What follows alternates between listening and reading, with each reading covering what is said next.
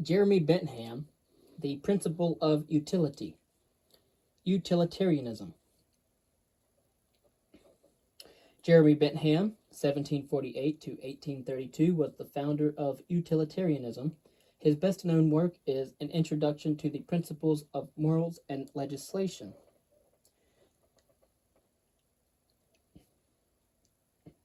Nature has placed mankind under the governance of two sovereign masters, pain and pleasure. It is for them alone to point out what we ought to do, as well as to determine what we shall do. On the one hand, the standard of right and wrong; on the other hand, the chain of causes and effects, are fastened to their throne. They govern us in all we do, in all we say, in all we think. Every effort we can make to throw off our subjection will serve but to demonstrate and conform it. In other words, a man may pretend to abjure their empire, but in reality he will remain subject to it all the while. The principle of utility to this denomination has of late been added or substituted the greatest happiness or greatest felicity principle. This for shortness, instead of saying at length that principle which states the greatest happiness of all those whose interest is in question as being the right and proper, and only right and proper and universally desirable end of human action in every situation, and in particular in that of a functionary or set of functionaries exercising the powers of government.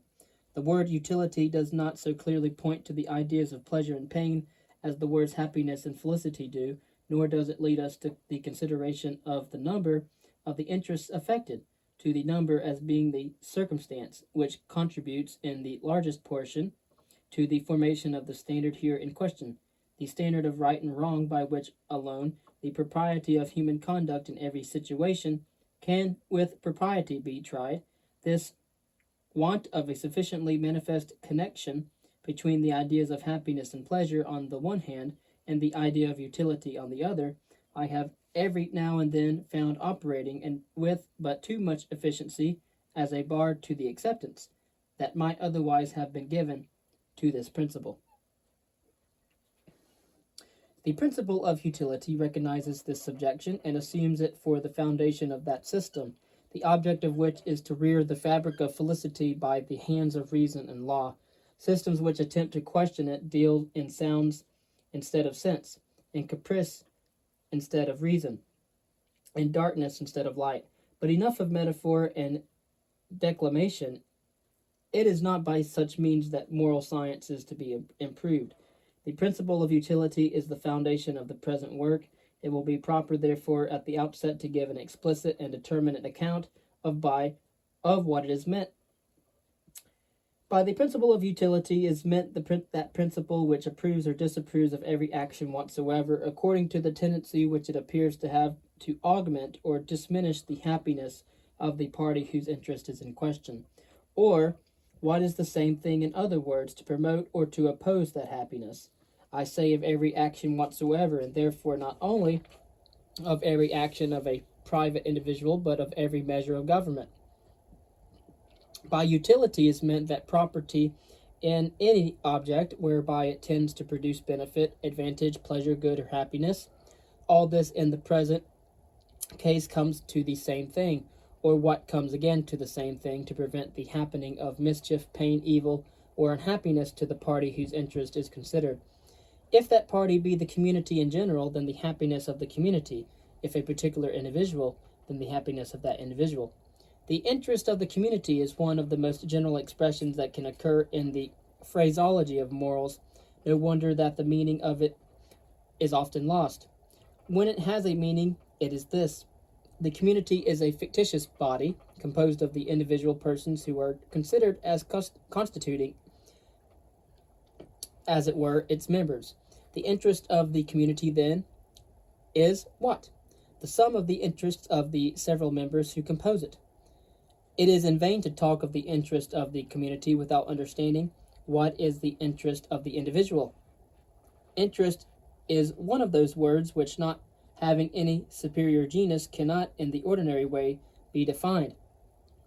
A thing is said to promote the interest or to be for the interest of an individual when it tends to add to the sum total of his pleasures, or what comes to the same thing, to diminish the sum total of his pains.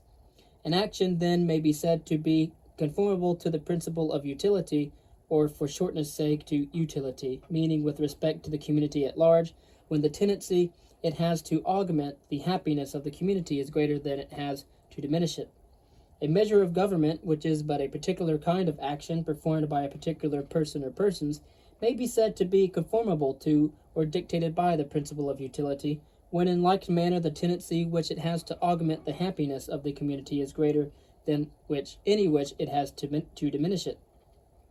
When an action, or in particular a measure of government, is supposed by a man to be conformable to the principle of utility, it may be convenient for the purposes of discourse to imagine a kind of law or dictate, called a law or dictate of utility, and to speak of the action in question as being conformable to such a law or dictate.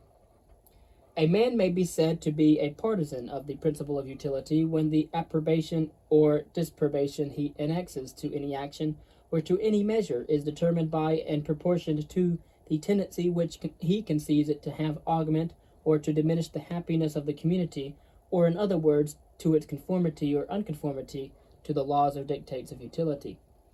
Of an action that is conformable to the principle of utility, one may always say either that it is one that ought to be done, or at least that it is not one that ought not to be done. One may say also that it is right, it should be done, at least that it is not wrong, it should be done, that it is a right action, at least that it is not a wrong action. When thus interpreted, the words ought and right and wrong and others of that stamp have a meaning, when otherwise they have none. Has the rectitude of this principle been ever formally contested? It should seem that it had, by those who have not known what they have been meaning. Is it susceptible of any direct proof? It should seem not, for that which is used to prove everything else cannot itself be proved. A chain of proofs must have their commencement somewhere. To give such proof is an impossible as it is needless. Not that there is or ever has been that human creature breathing, however stupid or perverse, who has not on many, perhaps on most occasions of his life, deferred to it. By the natural constitution of the human frame, on most occasions of their lives, men in general embrace this principle, without thinking of it, if not for the ordering of their own actions, yet for the trying of their own actions, as well as of those of other men. There have been at the same time not many, perhaps even of the most intelligent, who have been disposed to embrace it purely and without reserve. There are even few who have not taken some occasion or other to quarrel with it, either on account of their not understanding always how to apply it, or on account of some prejudice or other which they were afraid to examine into, or could not bear to part with. For such is the stuff that man is made of, in principle and in practice. In a right track and in a wrong one, the rarest of all human qualities is consistency. Pleasures, then, and the avoidance of pains are the ends which the legislator has in view. It behooves him, therefore, to understand their value. Pleasures and pains are the instruments he has to work with. It behooves him, therefore, to understand their force, which is again, in other words, their value. To a person considered by himself, the value of a pleasure or pain considered by itself will be greater or less according to the four following circumstances: its intensity, its duration, its certainty or uncertainty, its propinquity or remoteness. These are the circumstances which are to be considered in estimating a pleasure or a pain, considered each of them by itself. But when the value of any pleasure or pain is considered for the purpose of estimating the tendency of any act by which it is produced, there are two other circumstances to be taken into account. These are its fecundity, or the chance it has of being followed by sensations of the same kind, that is, pleasures, if it be a pleasure; pains, if it be a pain. Its purity, or the chance it has of not being followed by sensations of the opposite kind, that is, pains, if it be a pleasure; pleasures, if it be a pain. These last two, however, are in strictness scarcely to be deemed properties of the pleasure or the pain itself, They are not therefore in strictness to be taken into account of the value of that pleasure or that pain. They are in strictness to be deemed properties only of the act or other event by which such pleasure or pain has been produced, and accordingly are only to be taken into account of the tendency of such act or such event. To a number of persons, with reference to each of whom the value of a pleasure or a pain is considered, it will be greater or less according to 7 circumstances, to wit, the 6 preceding ones: its intensity, its duration, its certainty or uncertainty, its propinquity or remoteness, its fecundity, its purity. And one other, to wit, its extent, that is, the number of persons to whom it extends, or in other words, who are affected by it. To take an exact account, then, of the general tendency of any act by which the interests of a community are affected, proceed as follows. Begin with any one person of those whose interests seem most immediately to be affected by it, and take an account of the value of each distinguishable pleasure which appears to be produced by it in the first instance, of the value of each pain which appears to be produced by it in the first instance, of the value of each pleasure which appears to be produced by it after the first. This constitutes the fecundity of the first pleasure and the impurity of the first pain. Of the value of each pain which appears to be produced by it after the first. This constitutes the fecundity of the first pain and the impurity of the first pleasure.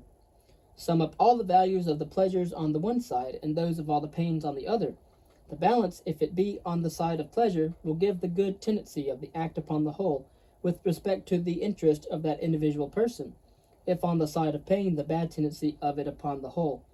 Take an account of the number of persons whose interests appear to be concerned, and repeat the above process with respect to each. Sum up the numbers expressive of the degrees of good tendency with the acts has with respect to each individual in regard to whom the tendency is good upon the whole. Do this again with respect to each individual in regard to whom the tendency of it is bad upon the whole.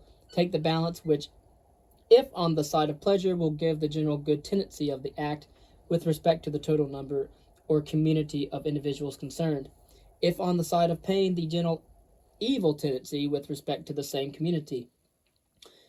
It is not to be expected that this process should be strictly pursued previously to every moral judgment or to every legislative or judicial operation. It may, however, be always kept in view, and as near as the process actually pursued on these occasions approaches to it, so near will such process approach to the character of an exact one. The same process is alike applicable to pleasure and pain in whatever shape they appear, and by whatever denomination they are distinguished. To pleasure, whether it be called good, which is properly the cause or instrument of pleasure, or profit, which is distant pleasure, or the cause or instrument of distant pleasure, or convenience or advantage, benefit, emolument, happiness, and so forth; to pain, whether it be called evil, which corresponds to good, or mischief, or inconvenience, or disadvantage, or loss, or unhappiness, and so forth.